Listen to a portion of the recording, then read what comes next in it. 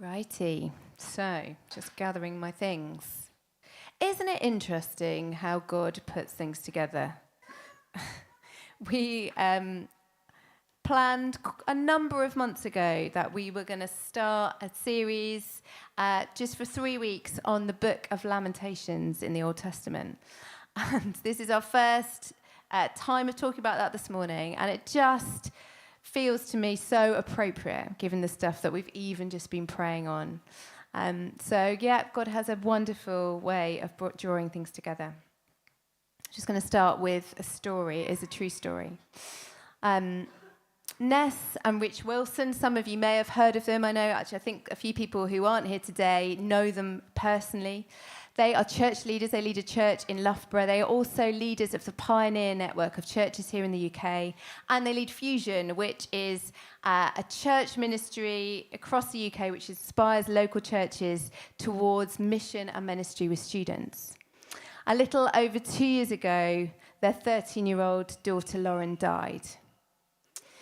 She was first diagnosed with stage 4 brain cancer and had been operated on, and she continued at school, looking to all intents and purposes like she was very well, despite undergoing regular chemo and radiotherapy.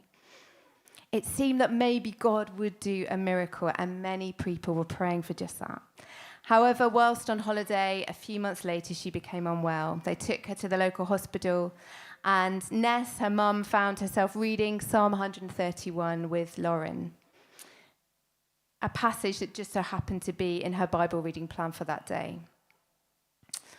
Psalm 131 says this: "I do not concern myself with great matters or things too wonderful for me, but I have stilled and quieted my spirit. Like a weaned child with its mother, like a weaned child is my soul within me. O Israel, put your hope in the Lord, both now and forevermore." Rich and Ness were then taken into a side room to be told that the cancer had returned and it had spread, and there were now tumours on her brain, her neck, and her back. There was no treatment. So treatment stopped, and they were told it was likely that she probably wouldn't live more than a few months. And Ness talks about rehearsing, what on earth are you going to say in that moment to your daughter? And she and Rich told Lauren that she may well go ahead of them to meet Jesus and other relatives who had died, but that it wouldn't be all so long until that they would meet again, as time is different with God. After some protest and anguish, Lauren seemed to make peace with this utterly horrific situation. And God gave her a picture a few days afterwards. And in this picture, she was walking like a child on Jesus' feet. I don't know whether you can imagine it. On Jesus' feet, him holding her hands, and he was choosing which direction that she was to go in. And the following day, she lost the ability to walk. And gradually, over the next few months, weeks, she lost function of various different parts of her body. And her final 9 days were spent in a children's hospice, surrounded by the people who loved her and that she loved the most. Where do we go? And what do we do with this kind of gut-wrenching suffering, such as this? How do we respond when the battle comes to us? When the brokenness of the world breaks over our heads? Are we numb to the distress of those around us who are suffering? What do we make of overwhelming human trauma like we see on our TV screens in Gaza, or we've heard about even happening last night? Or stories of violent crime or abuse of the vulnerable? And what do we do when the many far less significant losses and disappointments that we all encounter throughout life, what do we do with that? Do we have a framework for processing these? Might it be okay, even good and right, to bring our complaints, our messy pain, our anger to God, to lament, as it's called in the Bible? Over the next few weeks, I'll rephrase that. That was not what I was going to say. Over the last few weeks, I've rather strangely actually felt a bit low, frustrated with how things have been, sad that some things haven't worked out as I would have hoped, and more aware than usual of some of the brokenness in some of the lives of people that I care about. It's not been clear where that's come from. It's been a bit hard to put my finger on anything that's changed or the cause of this, as nothing is really badly wrong in my life right now.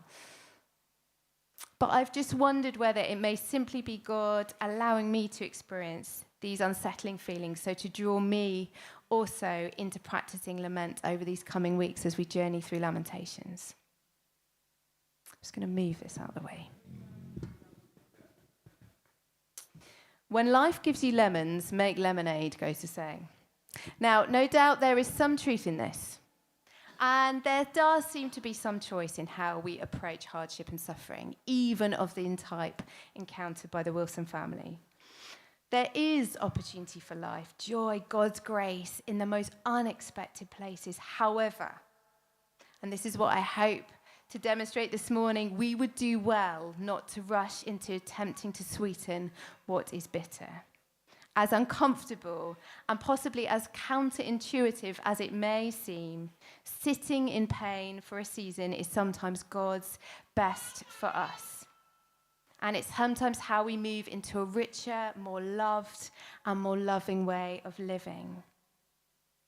As I've mentioned, we'll be using the deeply challenging and powerful poetry of the Book of Lamentations, this Old Testament book, over the next few weeks. It's only 5 chapters long. It's 5 poems, 5 chapters.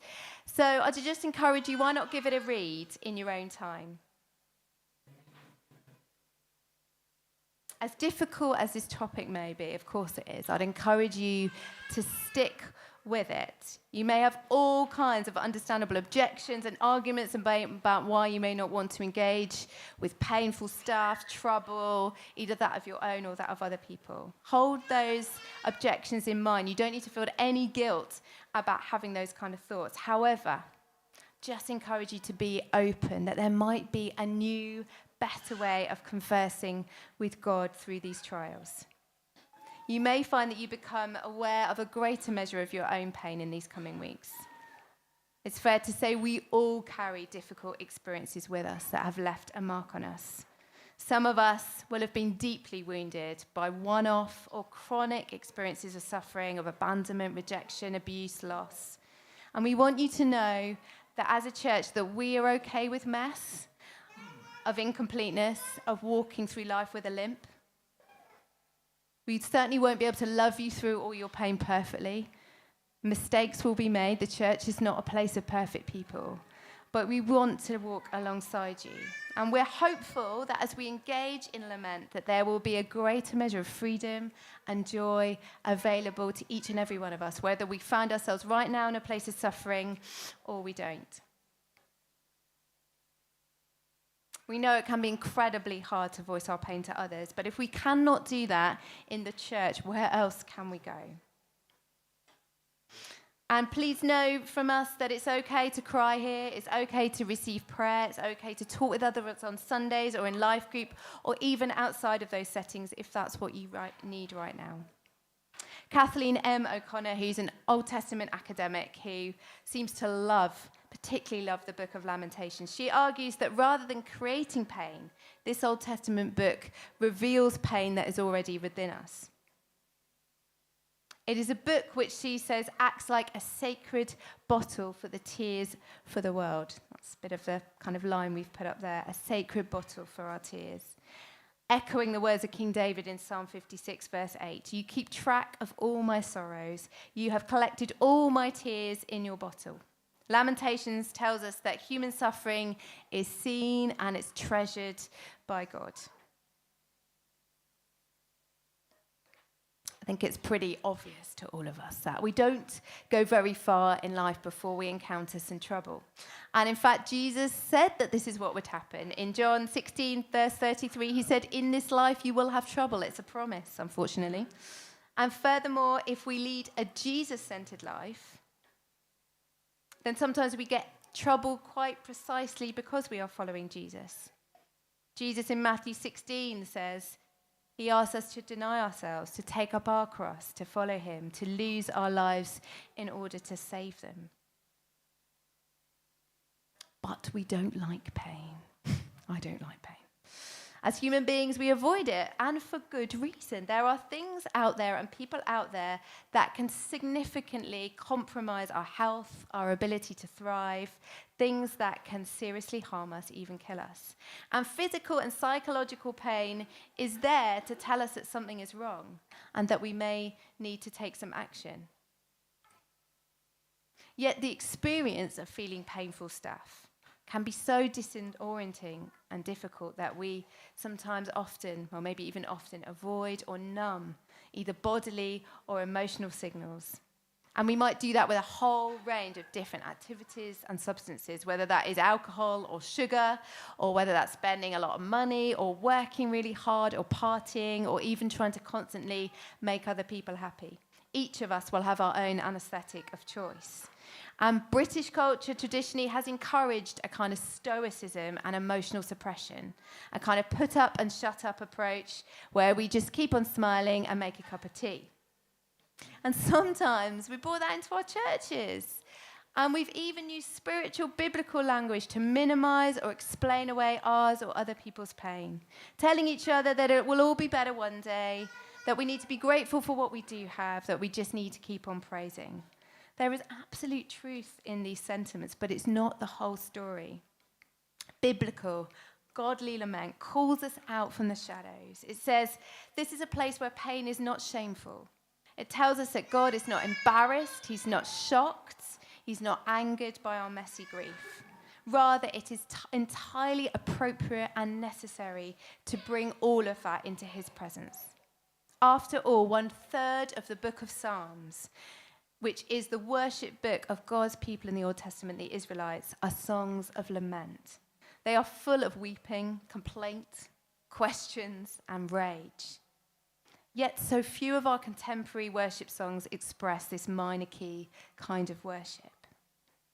What if, as Mark Vroegop in his book Dark Clouds, Deep Mercy, which is, by the way, a fantastic book. If you want to read a bit more about lament in a very easy to kind of access kind of way, feel free to borrow this or we can give you details of where to find it. He states that we are to value lament as a legitimate and vital part of our worship and as an act of faith.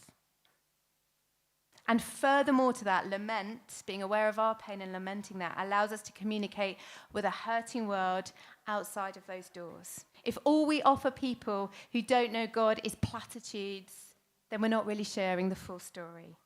Pain matters, and it matters to God. So today we're going to refer and reflect on the first few chapters of the Book of Lamentations. I'm not going to read it all, don't worry. We'll just pick out a few bits that will appear on the screen, or feel free to look them up in a Bible or a Bible on your phone if you have one. But first, before we do that, just a quick bit of background. There is some uncertainty about the dating of the Book of Lamentations because there were various attacks that occurred on the city of Jerusalem by the Babylonian army. And so it could have been any one of these attacks. The poetry in this book, the 5 poems, describes the aftermath of what must have been very violent events. God's people treated mercilessly by the enemy. Many were killed, many were left starving, many were forcibly taken to Babylon. Livelihoods, homes were destroyed, even the temple. The place of God's presence among his people was razed to the ground. The people's whole way of life, their identity as a people of God, their faith story as God's chosen, dearly loved people was called into question. They felt abandoned by God. These 5 poems are mainly acrostic poems. I didn't know what an acrostic poem was until I had children who were at primary school. But I don't know whether we ever looked at them when I was that age. Anyway, an acrostic poem is a poem that starts with each letter of either a word. In this case, it's each letter of the ancient Hebrew alphabet. And it goes through each letter with a different kind of stanza or a different verse, giving the full breadth of Israel's pain, the A to Z of their suffering. So here's just a little bit of chapter 1, and this is verses 1 to 5 of the Book of Lamentations. Just so you're aware, the city of Jerusalem in this chapter is personified as a widow. And the voice of the poem moves between a narrator, kind of impartial, external narrator, and the voice of the widow speaking herself. How deserted lies the city, once so full of people. How like a widow is she, who once was great among the nations. She who was queen among the provinces has now become a slave. Bitterly she weeps at night. Tears are on her cheeks. Among all her lovers, there is no one to comfort her. All her friends have betrayed her. They have become her enemies.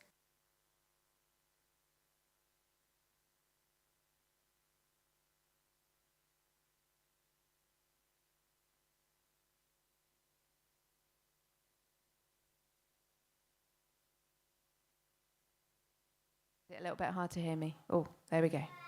I'll just read verse 3 again. After affliction and harsh labor, Judah has gone into exile. She dwells among the nations. She finds no resting place. All who pursue her have overtaken her in the midst of her distress.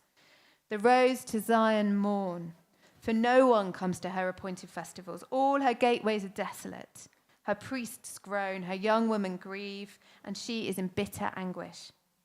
Her foes have become her masters. Her enemies are at ease. The Lord has brought her grief because of her many sins. Her children have gone into exile, captive before the foe. All the splendor has departed from daughter Zion. Her princes are like deer that find no pasture. In weakness they have fled before the pursuer. You got a bonus extra verse there. I read to verse 6. As you read through the rest of that chapter, you hear this repeated often. There is no one to comfort her, the city of Jerusalem. And both the narrator and the widow agree that the Lord has brought this violence upon the city because of her rejection of the covenant relationship, the promise between the people of Israel and their God. Israel has been unfaithful.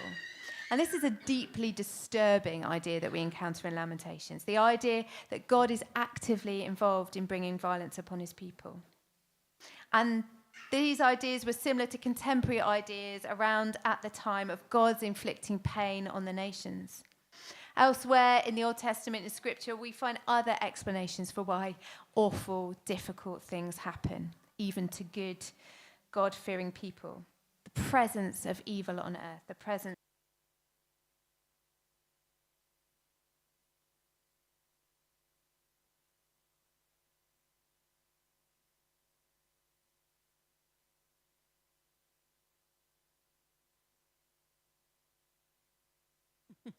Can you hear me? Oh, there we go. Come back again.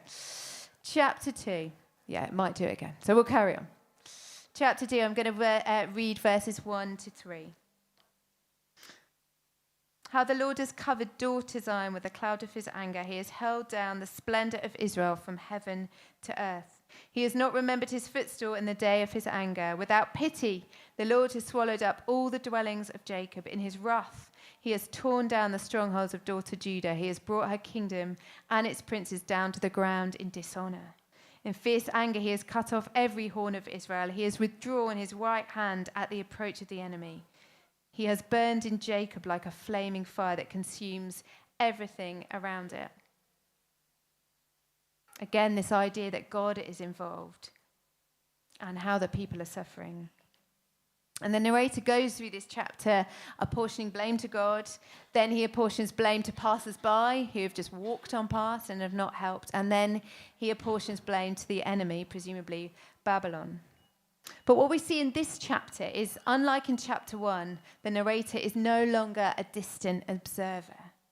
He now begins to communicate directly and with empathy towards daughter Zion, as she is now called in chapter 2. And particularly from verse 11 of chapter 2, the narrator speaks to daughter Zion, validating her deep wounds, expressing a desire to comfort her, and encouraging her to call out, to be honest and open in all of her distress.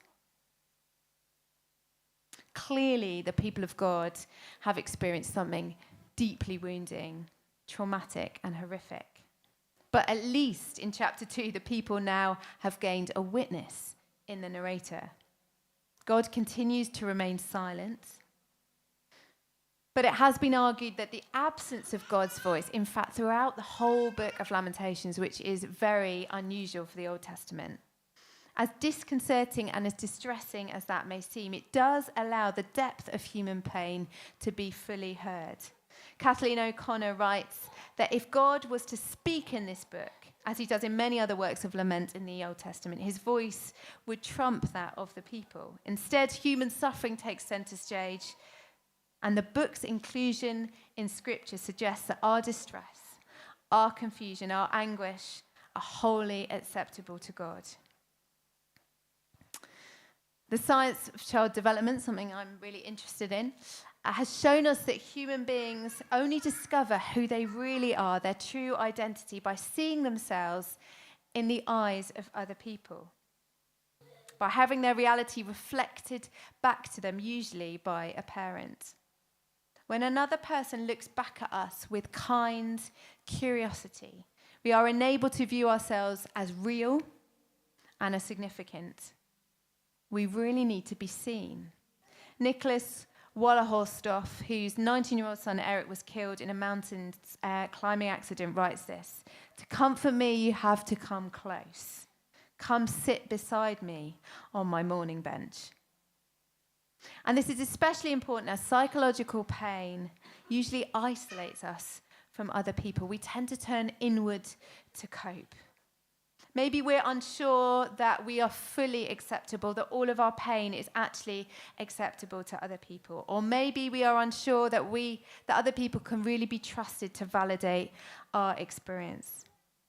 But before any solutions can be offered or progress made, we need to be seen right where we are. Lamentations is such a powerful book in the Bible because it gives language to inexplicable pain. And in doing so, it allows that pain to be seen and heard. Now, the kind of trauma that the people of God experience that's described in Lamentations is that kind of trauma of the worst kind, that real or perceived fear that either yourself or some people you dearly love are going to be hurt in a significant way. And this kind of trauma has been described as a speechless terror, because it has a tendency to stop people from being able to talk and communicate. And without language and the ability to narrate our story coherently, we can become locked in a silent prison of shame and suffering, where events remain live. They are never consigned to the memory bank, and they are powerfully and painfully relived every time something in the present triggers them. That is what post-traumatic stress disorder is. But we don't need to have the most awful kind of experiences like this to feel mute in our pain. Awful experiences, grief, challenge, can leave us without words. But unfortunately, even when we don't speak it out or express it out, that pain does not just kind of dissolve or disappear. Rather, it has a tendency to go underground, where it continues sometimes for a lifetime to colour our interactions with ourselves, with other people, with the world around us. It tends to come out sideways in the way that we may even unintentionally hurt others. Or it tends to go inwards towards ourselves as acts of self-hatred, self-harm, or it may sometimes be experienced somatically. So we may have physical symptoms such as chronic pain. Creative expression, whether that is via music or art, or here in Lamentations via poetry, with its clear, well-defined structure, can become a safe container for our suffering, a bottle for our tears. It's been said that what is mentionable is manageable. And this book reminds us that the first step on the path to any kind of healing is the raw expression of our sorrow. It may feel like extraordinary courage is sometimes needed to communicate our pain, to allow another person to witness us when we're at our most vulnerable. And for some of us, it may feel particularly difficult, particularly if we've been deeply hurt by other people around us. However, to remain silent heaps the pain of loneliness on top of other hurts, and we will simply not get free. Verse 19 of chapter 2, I feel, is a central verse within these chapters. It's hopefully going to come up on the screen. The narrator says to daughter Zion, "Arise, cry out in the night as the watches of the night begin. Pour your heart like water in the presence of the Lord. Lift up your hands to him for the lives of your children who faint from hunger at every street corner." I love that picture, that word picture of pouring out our hearts like water in the presence of the Lord. even when God appears silent or appears inactive, as he does in this book, we are encouraged to persist in expressing our pain upwards to him. It's helpful to remember when we're going through Lamentations that there are other passages of lament in Scripture which do contain the voice of God. And these can be deeply comforting. The first half of the book of Isaiah concerns God's anger towards the people's lack of faithfulness in him, a bit like as we've just heard about in Lamentations.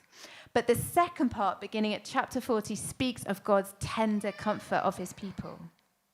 And this is chapter 40, verses 1 and 2 of Isaiah.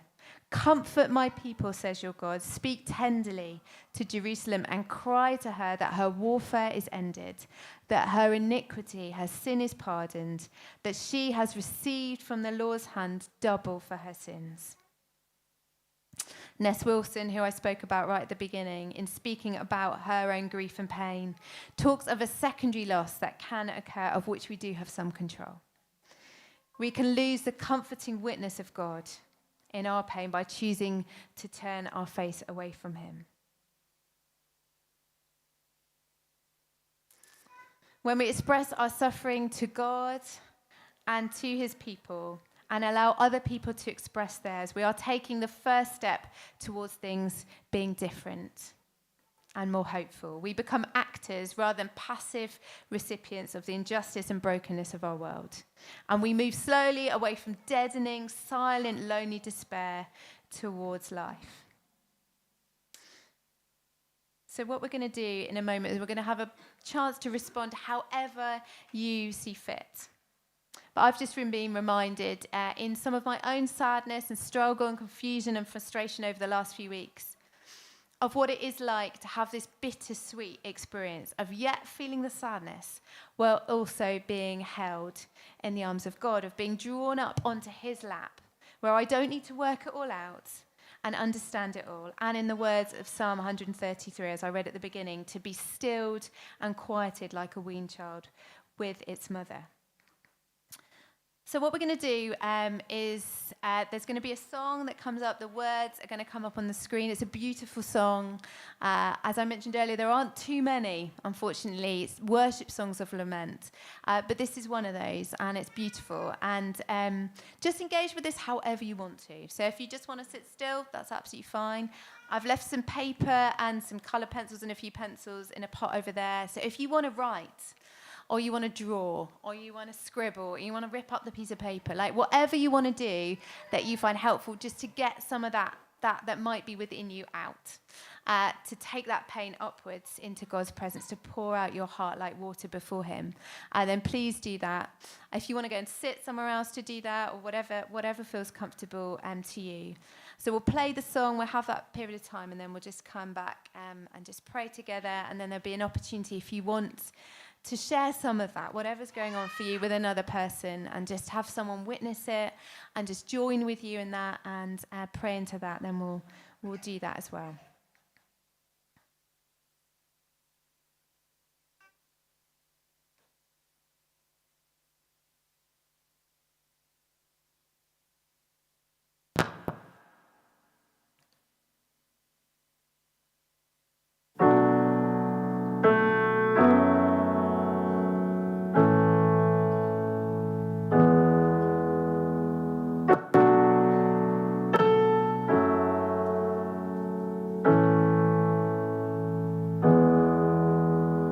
Sometimes a song feels so costly, and worship takes all that I have.